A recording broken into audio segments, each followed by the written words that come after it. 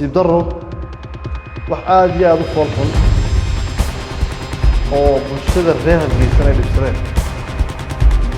ayaa xalay dhacay saq dhexe